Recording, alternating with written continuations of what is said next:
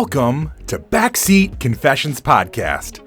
Slide into the backseat as we listen to mostly anonymous strangers tell us stories from their lives. I'm a rideshare driver in Atlanta, and the people getting in my car have absolutely no idea I'm going to ask them to share. My commitment to you is to tell at least a snippet of virtually every story recorded in my car in the order they were told to me. My hope is that you laugh, cringe, cry, but mostly connect to these amazing people. You may find a piece of your own story or just feel more connected to the rest of us. Join us, won't you? So, hey, my new friend. This is an adult podcast. Themes and languages are definitely not suitable for everyone. Listener discretion is advised.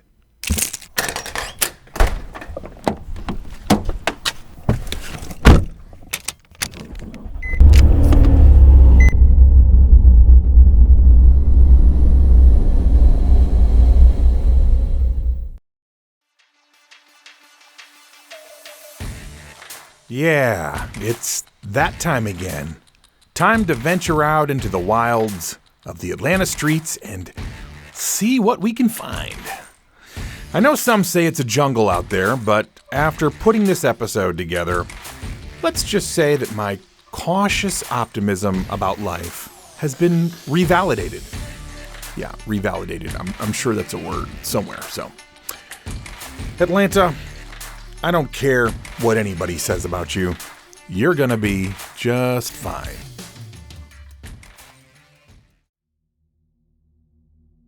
Our first story today is not fun.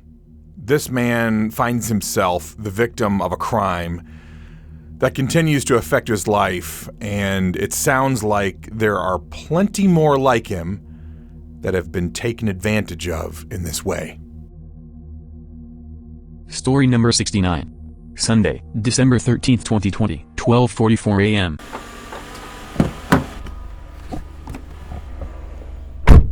So I was on business travel in San Francisco. Okay.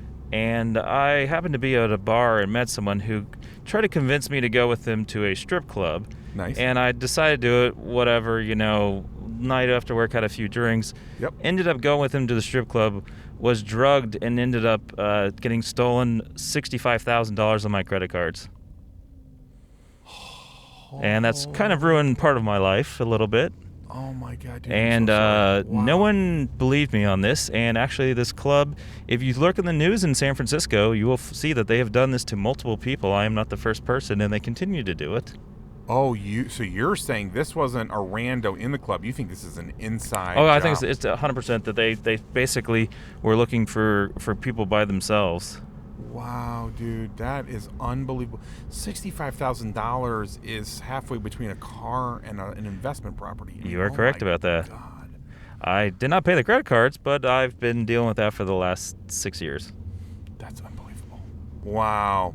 Man, dude, I am so sorry. That's quite the story. Yeah, the city of San Francisco basically won't do anything. All the local news and media and stuff have tried to do stuff about it, but they're in their pocket. The problem is the politicians are in the clubs and stuff pockets because they're getting money and stuff for it, and the credit card companies don't really give a shit unless it's their employee.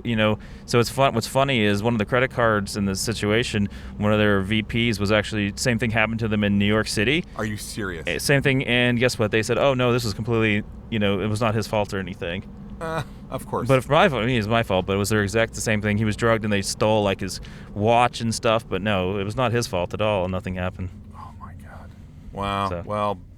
I just hope at some point you get some kind of justice in all this.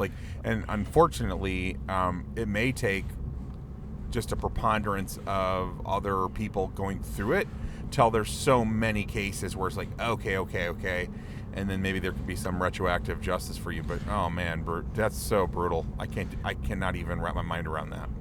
Yeah, we'll see one day. So there is in California, there is a it's not retroactive justice, but there's retribution or something, but it depends if the DA and stuff. Oh, Nice deer right there. If the DA actually decides to do anything, which I'm not holding my breath at this point in time. The only thing I'm hoping for now is it drops off my credit report, which I've got another couple years left.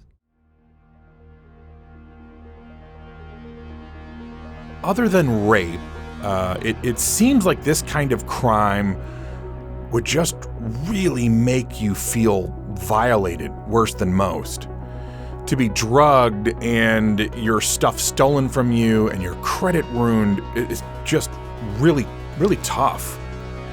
And then getting your credit back after this kind of thing happens is a long, arduous road where you as the victim are doing all the work, at least in this guy's case.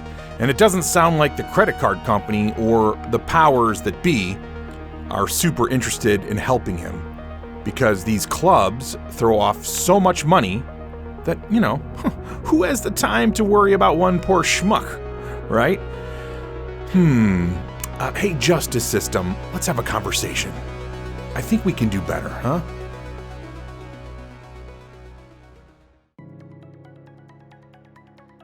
One of my favorite types of stories that I get on BCP are inspirational ones. And I love them so much because they're not coming from professional speakers or famous people, but from regular folk, like this next gentleman. I think one of the most profound lessons we can learn is that many times we are our own worst enemy, and the narrative we tell ourselves determines whether we will move forward or let our past dictate our future. Story number 70. Wednesday, December 16th, 2020, 5:57 p.m.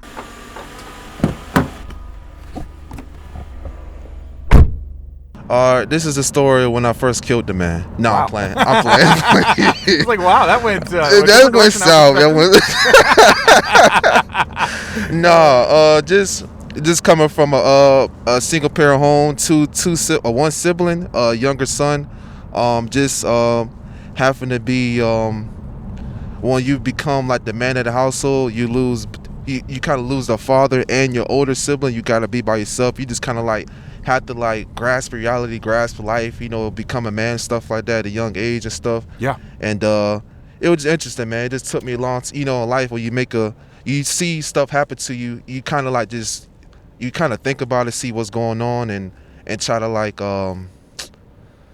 of course you do the wise me stuff, but eventually I start to ask questions like, people say everything happened for a reason. You got to make sense out of all this stuff, because we don't have the answers to none of this. That's We so really true. don't. No. We're arrogant. We say we have the answers to stuff, but we don't. So, I eventually started making the choices and started grasping my reality. I went to school, went to Swift Transportation to be a truck driver. Nice. And the day before my test, man, I twisted my ankle. I had a swollen ankle. I mean, literally like swollen ankle. And I had to pass a full D inspection with a swollen ankle. And my roommate at the time, he's about to be my team driver. He's about to be team driver. Future millionaires, by the way. We about to be team drivers soon. And he watched me do a full D inspection. When you do a full D inspection, you do from truck, trailer, and decoupling. So you do the whole truck. You got to call out the parts, all that stuff. So I did that a swollen ankle, and it's just crazy, man. Like, I just look back. It's 2020. A lot happened. I lost my father in August, so a lot happened. So it's like, I'm just like, I do a lot of self-reflecting. That's just what I do. So at the end of this year, man, I'm gonna do it again. I'm gonna self-reflect, look back on stuff, and be like, man, like, I just gotta keep pushing. So yeah, that's so good. So I feel like part of what you're communicating is because you can't control the circumstances of your life that you come into, that you're advocating sort of getting into the driver's seat as much as you can and taking responsibility for your own emotions and your own mental state. Is that kind of what you're saying? Yeah, and we both men. So end of the day is like, and I don't talk bad about anybody that's like, it's hard to like get out of that. Yes. But I don't know. I just analyze a lot of stuff, so I understand my situation, and it took me a while to start blaming my parents. Like, why this, why that, this, that, and the third. And it's like, whatever the circumstances is, it's still your duty to take care of yourself. And granted, that's me. I looked up. You gotta do your own motivational videos, Jordan Peterson, all those guys. But I think anybody. I mean, it's people that go across the world, man, from different third world countries, and they come to America and they make the most out of this stuff, man. Yeah. Like, it's some people that really go through some crazy stuff. They had their homes bombed. When I was at basic training, 19 years old, it was a girl. She was like in her 30s, lady in her 30s. Yeah. She literally, don't get me wrong, I didn't. Well, we don't talk about the army stuff, but she literally like had homes, like her home was bombed. She been through some stuff. Like, she came over to overseas here to make the most of her life. So it's like, yeah, man, I just think I want my friends to do the same for them, to fully grasp to their life and their reality, you know what I'm saying? And just like really just, I mean, because we can't control everything, you know?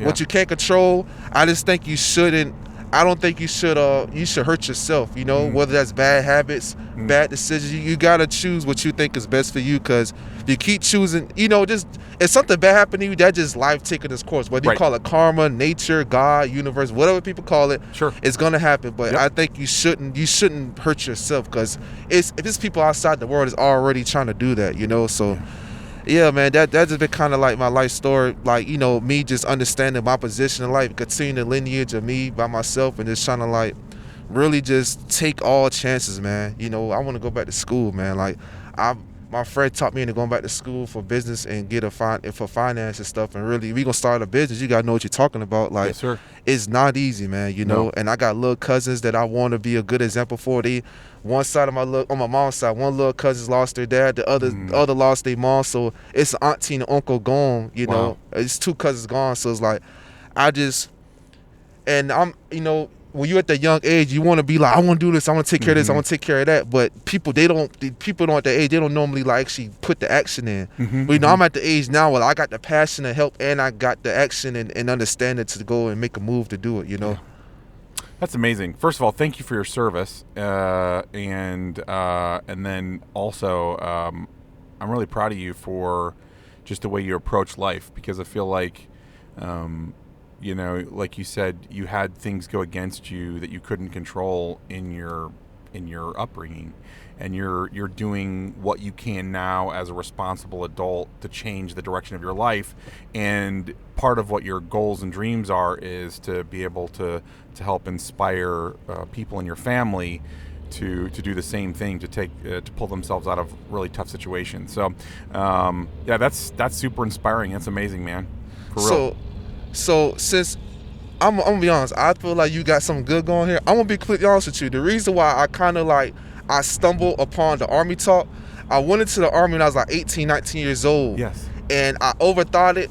I probably was in basic, but like, I ain't gonna lie, the first week of basic training is hell. If anybody hear this and they like, I want to go to basic training, after that first week you're good, I promise you. Right. My first week of basic training was hell. It just like, the food was different. It's a couple of things is different, but once you get into the habit of waking up at that time, 4 o'clock, and you get up PTR, you kind of have fun with it. And I did ROTC. But that said, though, I was 19 years old, I want to say, and I overthought it, man. Yeah. And I disappointed myself, my family, and I got out of it. I quit it. You know? Yeah. So I'm gonna be honest with you, I'm not gonna, you know, I want to be real. I love you know? it. I love your honesty. I got out of it and stuff, and you know, those few years, man, I was just sitting there going through the motions, and I didn't smoke weed till after I got out of basic training. When I got out of basic training, I was like 20 years old. New Year's the first time I smoked weed, so it took me a long time to actually get this mindset. You know, it took a lot of mistakes, man. You know. Yeah.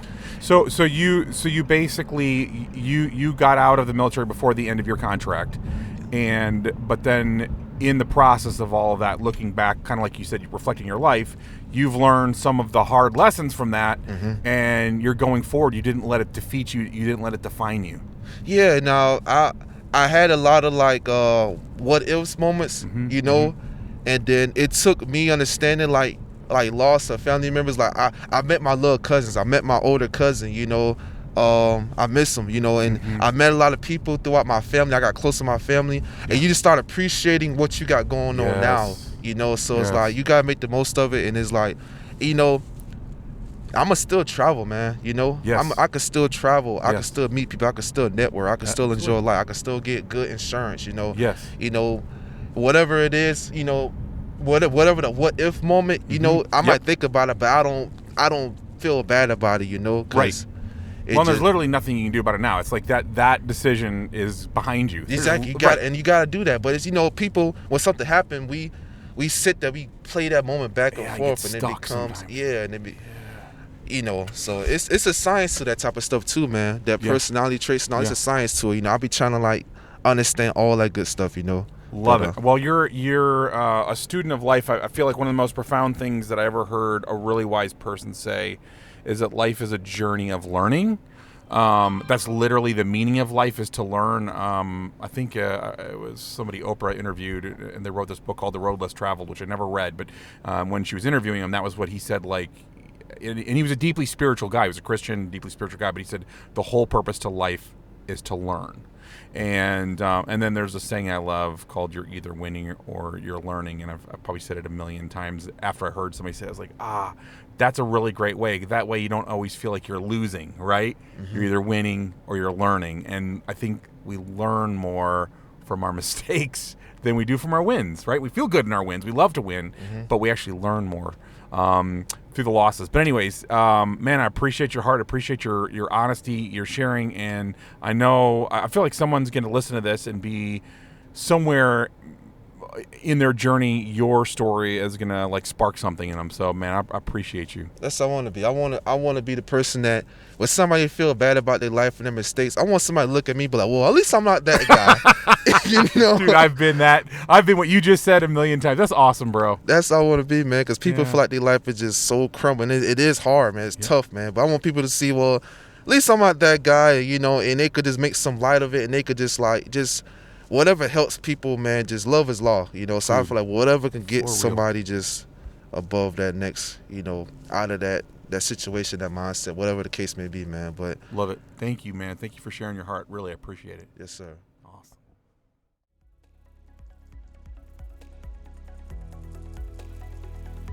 Speaking to all of us, but especially to us guys, this man's message is so important. At some point, you have to stop blaming and start being a difference maker. And I include blaming ourselves, really. I love that he owned his less than honorable exit from the Army, but that during his Army experience, he met that lady who had escaped a far worse life than him to come to the U.S. to have a chance. And now he's moving forward with being an example of how a man should live, in service to those that are looking at and up to him. I am super proud of you, my friend.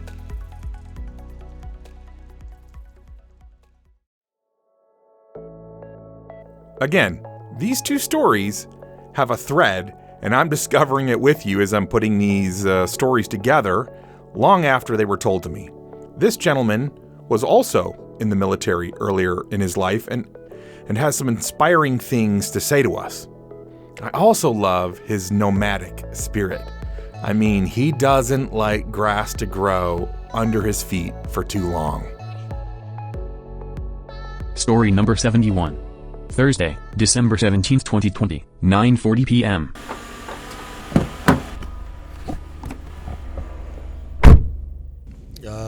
That's crazy. I forgot already. What were we talking about? I was telling you about how I got out the Navy, I believe. Yeah, you were telling me about how you got out of the Navy, and then you started to tell me, like, you kind of went back to Detroit. Yeah. And something kind of started coming to you, and I was like, whoa, don't tell me anymore. Let's capture right. it. No, I was saying pretty much, like, I got out and went straight to Detroit, went back home, and I kind of just smelt it in the air that I was about to get back into the same, shit. Yeah. And I was like, I just changed, or I don't know what happened. I just like, I'm going to come down here, come to Atlanta, went to school. Yeah. And just try and carve out a different, path of life for myself. And I've been here ever since. It's been about 2 years. Okay. I don't know. I've been down here, about the end of 2018 is when I came down here. Yep, 2 years. So, yeah, it's been a crazy ride, but it's definitely been better than what I would have got myself back into. I can say that. Yeah. And I love that. I love that because we spent a couple minutes talking about the military and kind of like it feels like one of the big things you got from it was just being around the culture of taking care of yourself as a man, whether it be making your bed, exercising. Right. Yeah, just kind of that mindset. Do you think that was part of what helped you in making that decision, or like what do you think? Why didn't you go back to the sort of the streets or to the old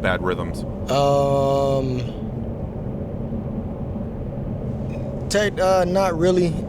I guess it's kind of weird. Yeah. I can't speak for everyone else, but I know I can speak for me, and I can say I went into, like, for me, since I was a jit, since I was young, I just move, I just move around, especially once I got the chance to, once I got my own car and own really just life. So I guess like after 18, just was, doing a little work and then figure out I needed to do something though. Like it was something I wanted to do and there was nothing really popping up.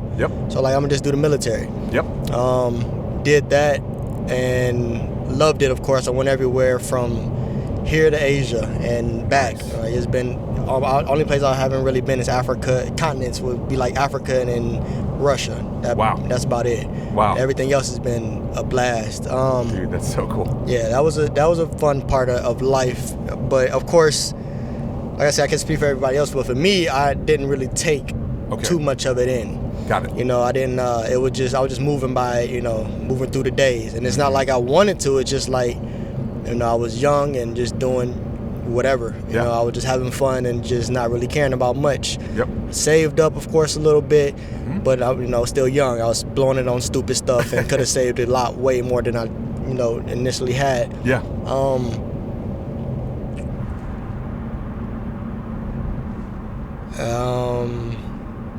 I can't remember what I was about to say. Well, I was kind of, because I was going for, like, what do you think it was that caused you to not fall back in like I was saying, the same way, like for me, I just move around a lot. Like as soon as I went to Detroit, my mom didn't, before the Navy, no one even knew I was joining the Navy until like my mom knew 2 weeks before I left. That's the type of guy I am. I'll blow with the wind quick. And once I got back to Detroit, my mom thought I would be, there for a minute or whatnot, try and carve out a path for myself there. And she didn't even know she didn't know I was in Georgia until I told her I was here in Georgia. She didn't even know. It's like, and I plan on doing this soon here too, but I'm carving out, I'm at the age where I can carve out a piece for myself. And then I'll move on and then figure out some other stuff along the way. It's like, I really want to go back to Japan. I want to go back to all types of the places and figure out a lot of other stuff, like being in Japan, I was stationed there for 2 years. And I still like I took it in, but I didn't take it in like I wanted to. That was a whole different culture, and I loved it. I completely loved it. What was it about the Japanese culture that drew you? It was very peaceful. Very peaceful. It's like I didn't have to worry about anything. I didn't have to worry about looking over my shoulders, which I still did. Just the way I was, and I guess raised, not the way I was raised, but just being raised and around the stuff I was. Almost like habit. Yeah, like instinct. And I remember thinking one time, like I was taller. Almost everywhere I go, I'm taller than everybody. And I remember thinking that, well, at least this way I don't have to worry about anybody running up on me, Like I can see anybody that would try anything. But then it didn't really hit me until later after I left Japan that why was I even thinking that way, Because it was so safe. It was nothing that I really need to worry about like that, but I was still in that instinctive mode and not really letting it go. Just being me while I was in a different country or whatnot, instead of actually, embracing it and learning it and moving with it instead of moving against it, That's brilliant. Yeah, that makes sense. Instead of letting it change you, you were still trying to hang on to what you were used to, which is most of us. But yeah, it feels like you're on a path of also enlightenment. I gotta ask, is there any like moment during your service in the Navy that was particularly like crazy or impactful or interesting, like just something that really stands out? Yeah, quite a few. I wouldn't be able to name all of it, and I probably can't remember I can definitely remember details, but I would have to open a lot of connectings in my brain that I disconnected already. But there's a lot of stuff, dude. I almost died, I want to say probably more than 3 times. Whoa. I'll tell you that. Wow. There's been plenty of friends that I've lost from little errors that has cost them their life. Really? Yes. Wow. And of course, I've lost a lot of friends in the military through suicide. Oh, I'm so which, sorry. Yeah, I wasn't even expect. That's the one I don't expect. I don't expect when the little errors as well, but the suicide also comes. That literally comes out of nowhere, just as much as a machine malfunctioning or you doing something wrong. Yeah. Wow. Yeah, that's then hard. the places, definitely all the places that they opened my eyes. Like I said, I was still young and just moving around a lot, but it definitely opens your eyes. It's like a new layer is peeled back from your vision every time you see something new. Every time I visited somewhere new, every time. Like it started. I've barely been out of Detroit. I've been to Georgia before, but that's because my aunt, has been down here for a while. So I come down here during the summer as a kid. Yes. That's about it from my life in Detroit. Yeah. And by the time I got into the Navy, I went from home to Florida to California to Hawaii to Asia, the whole Asian Pacific with China, Japan, you name it, Singapore, Thailand, Philippines, Korea, you name it. Then Australia, we weren't stationed there, but we went there quite a bit. Okay. It's like all other places that we would hit port, and you would step on their land, and it's literally like a veil being unveiled. It's like, that's crazy. That is crazy. Yeah. Wow. And you were so young, so it's almost like some of this is now hitting you. Yeah. Almost like the reverb or the echo of it is hitting you now, almost as much or more than when you were in the middle of it, which is pretty amazing. You're also, from what we were talking about earlier, you're working for a large company now and doing some tech stuff, but you've got some entrepreneurial dreams in your bones. Definitely. Yeah. So like what are just a couple? Because there's gonna be somebody that listens to this, some young guy that listens to this who's, probably like looking around and like, what do I do with my life? And I just love the fact might be in the same shoes type thing, or whatever. Yeah. I might have went through the same shoes. Yeah. Man. Tell me a little bit about like just some of the things that are hitting you right now. Just at least ideas of kind of like some different things you want to try. For making money. Yes, sir. Like I said before, I told you earlier, I want to get into affiliate marketing. I'm into the trading right now. I'm learning Forex. I'm pretty decent at it. That's awesome. I'm just still learning it though. Mm-hmm. I'm gonna try and get into like the stocks and whatnot. Yeah. I'm not sure how to get into it yet, but I'm gonna get into it.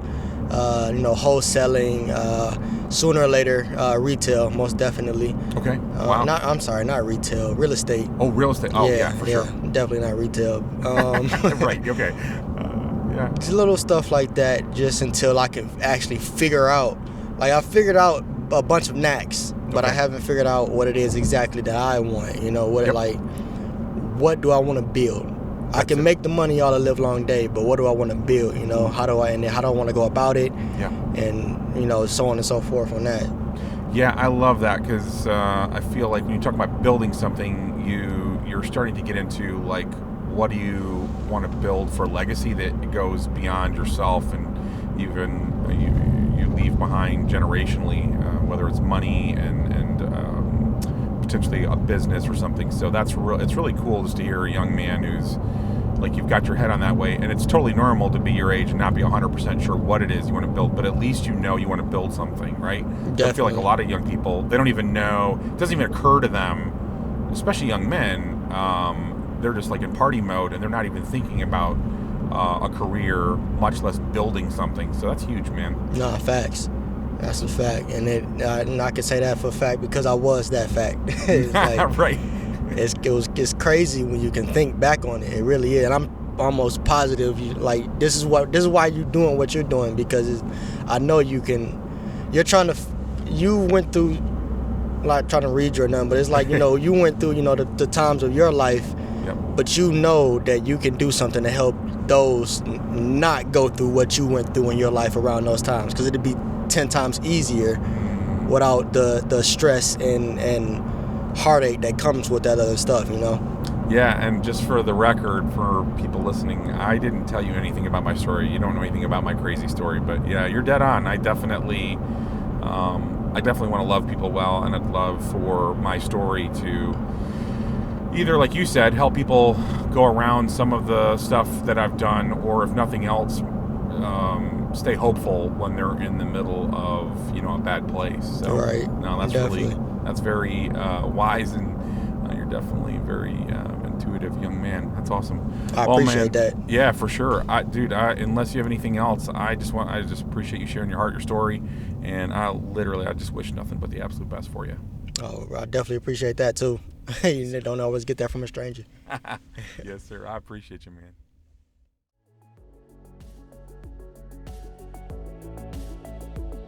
His thing about trying a bunch of different ways to make money till he can figure out what he wants to build is powerful.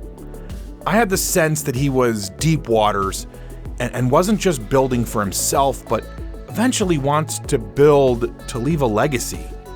And of course, the way he tapped into part of my reason for doing this podcast was just super dope on a personal level. Another young man I'm grateful to for sharing his heart, and I'm proud of who he is becoming.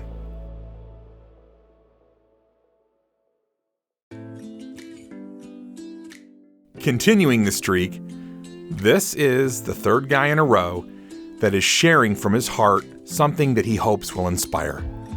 And honestly, I don't really know of a better life message. Story number 72. Thursday, December 17th, 2020, 10:25 p.m.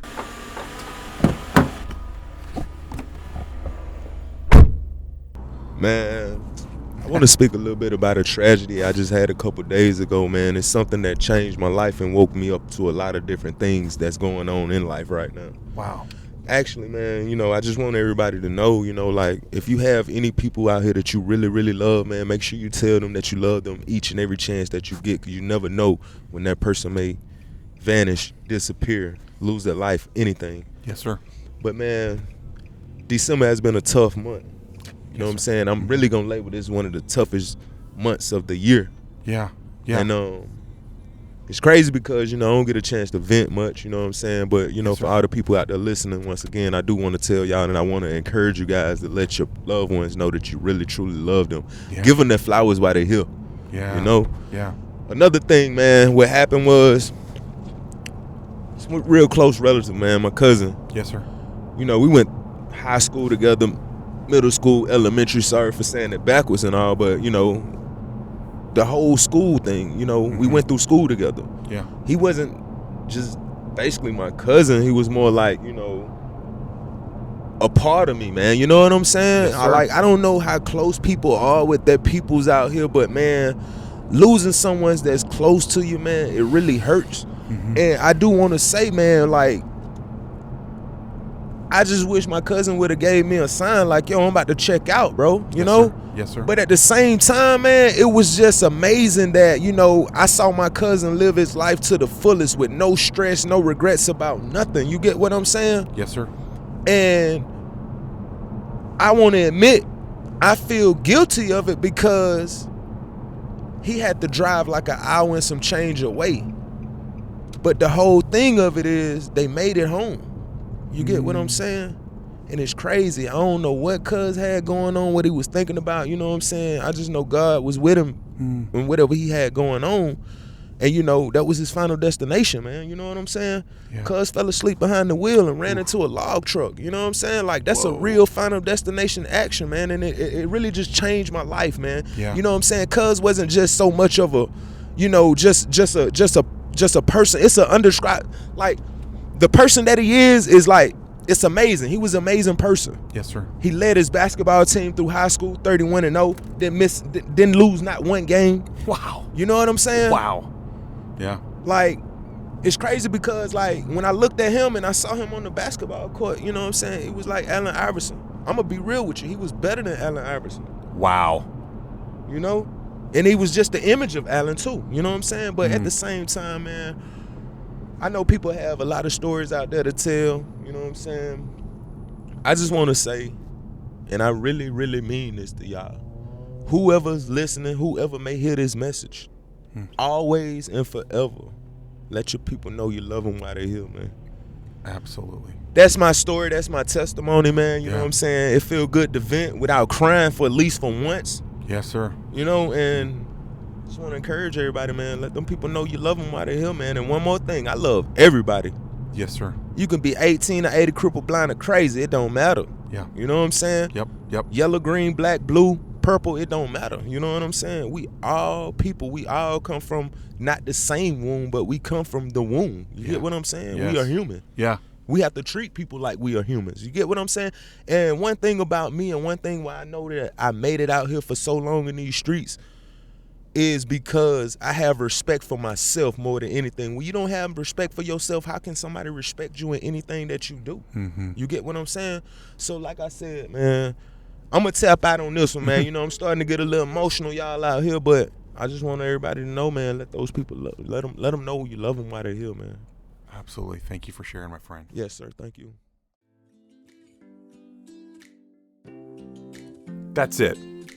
Tell the ones you love that you love them, and give them those proverbial flowers while they're topside. And then love everyone else however you can, even the ones that don't really deserve it. There you go. The greatest calling in life, boiled down by our new friend.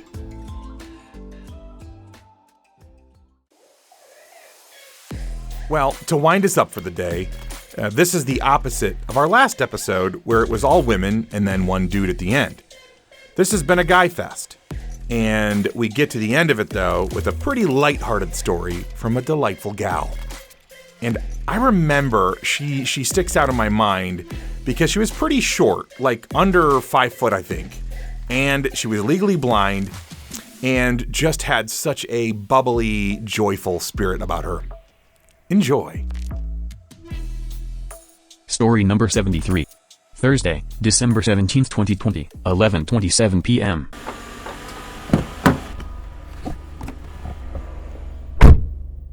Alright, so basically, the story is, it was 2016, it was my first time going to Chicago, and so I went there to visit my aunt, and she's a little old lady, she's nice and cute and petite like me, but she's 65, right, so this is like my great aunt. Oh, nice. And when I get there, you know, I'm thinking we're just gonna chill and everything, and like, I'm only up there for like 3 or 4 days, and she gets me like freaking stoned high as fuck every day. We're smoking weed, like she's waking me up like, you want to wake and bake? Oh my So gosh. the final day of me being there, we were actually scheduled to catch a flight, but then we switched it at the last minute, and we were, you know, just gonna like catch the train or whatever. I had never actually caught like the Amtrak train from state to state, and you know, I was really excited about it. She was telling me stories and getting me amped up, right?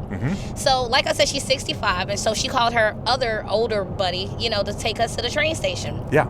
And he comes pick us up.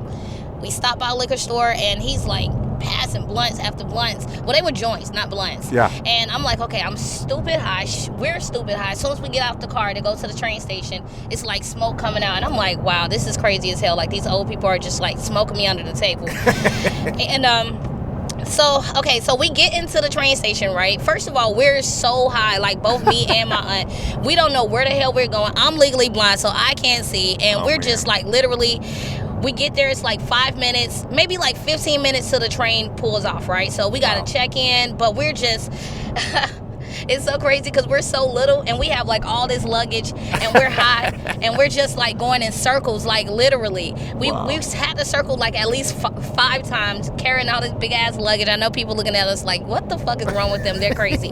And we're just looking for like the desk to check in with the train. Yeah. Long story short, we missed the train. Oh. And we had to freaking catch a Greyhound. But before that happened, we missed the train, and you know, we literally like split up, like, okay, you're gonna find it, you go this way, I go that way. We fucking missed the train.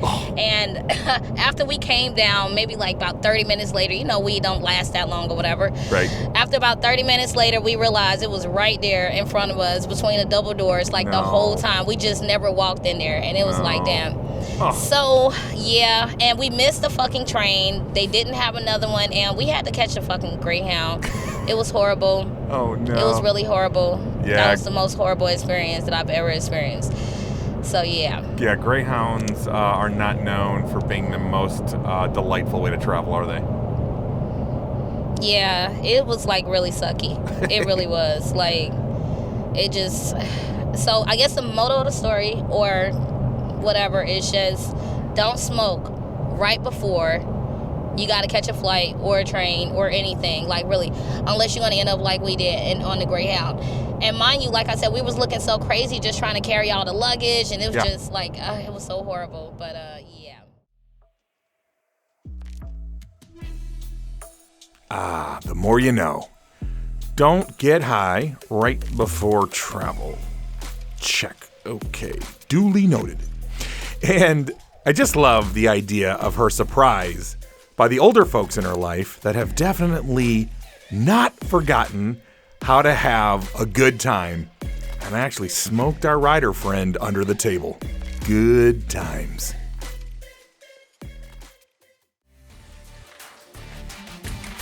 Wow, what a trip. Started with an actual victim of being drugged and robbed while traveling, and ending with getting high and trying to travel. Life is nothing if not interesting, am I right? But in the middle was just so much inspiration and good life lessons. I personally think a lot about the world we live in and how to make it better. For me, I don't believe we are all doomed or that the world is getting worse and darker all the time.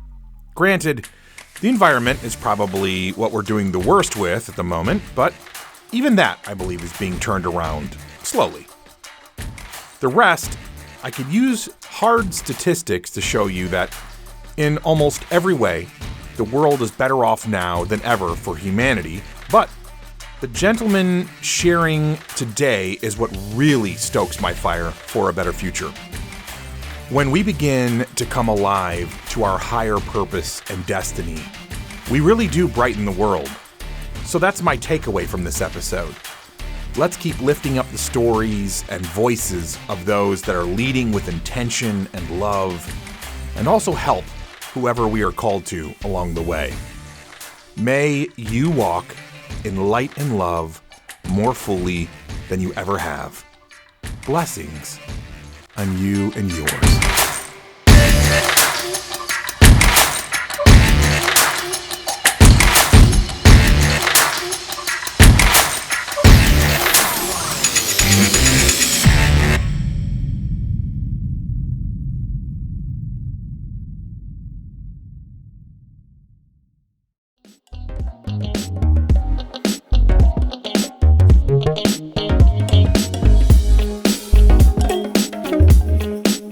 This is what happens when you are a rideshare driver in Atlanta and ask people for their stories. These weren't handpicked people with great stories. They just happened to get in my car and be gracious enough to share with all of us. And who knows, maybe someday you'll be in Atlanta and need to grab a rideshare and end up telling the rest of us the next great story on BCP. I'd actually encourage you to, every so often, just ask a stranger to share a story from their life. You never know what you might learn. I believe that our stories are powerful. They can make you laugh, cringe, cry, or even get you to think or feel differently. Our stories can truly make this world a little bit better place. So please, subscribe, rate, and listen to this podcast and share it with as many adults as possible.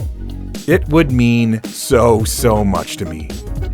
First and foremost, I want to thank the incredible writers who trusted me with your stories. You're my heroes. Thanks also to all the people in the background who have believed in this project/dream. All of the music on this podcast was found on pixabay.com, and it was free, which is an amazing gift when you're starting a podcast on a shoestring budget.